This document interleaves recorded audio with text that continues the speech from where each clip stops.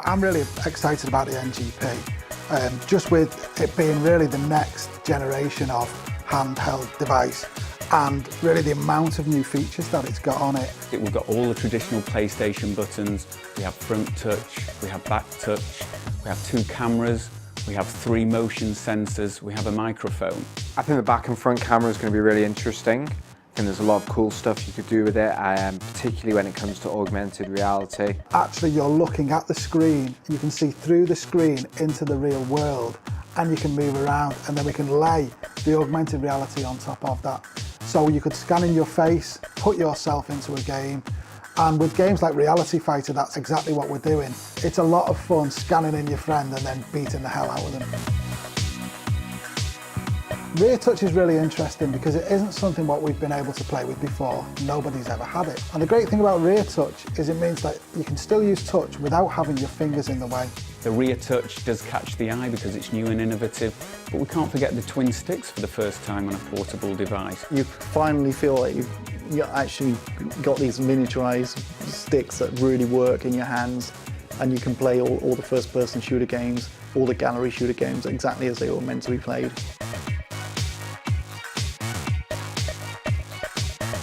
The screen on the PSP was good, it was great, but the screen on the NGP just blows it away. When you make that step up from like standard def to high def, you've kind of just got that same magic again, but on a handheld device. We look at the connectivity of the device. I think that will help broaden the audience, make it a very relevant device for people. And when you layer on top of that some of the bespoke applications, such as Live Area, it really will make it a uniquely connected device for a large array of all gamers.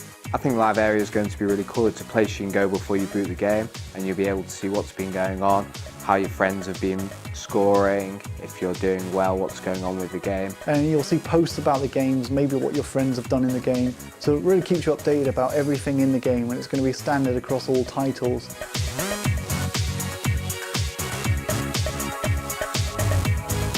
It's always interesting when you give the new hardware, the new kits to our development teams to see how excited they get. I'm really looking forward to developing an NGP game with rear touch.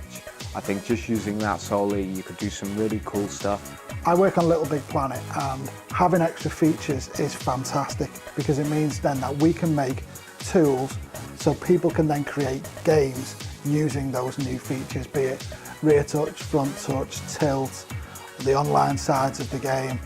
When you think about Little Big Planet, it's the creation that's perhaps one of the most exciting parts. And to have great creation, you need great creation tools. So with the new user interfaces, the creation can become so much more exciting and so much more intuitive. It will make the create feature accessible to me in ways that it just never was before. And I can actually see myself actually completing a level this time rather than starting and giving up.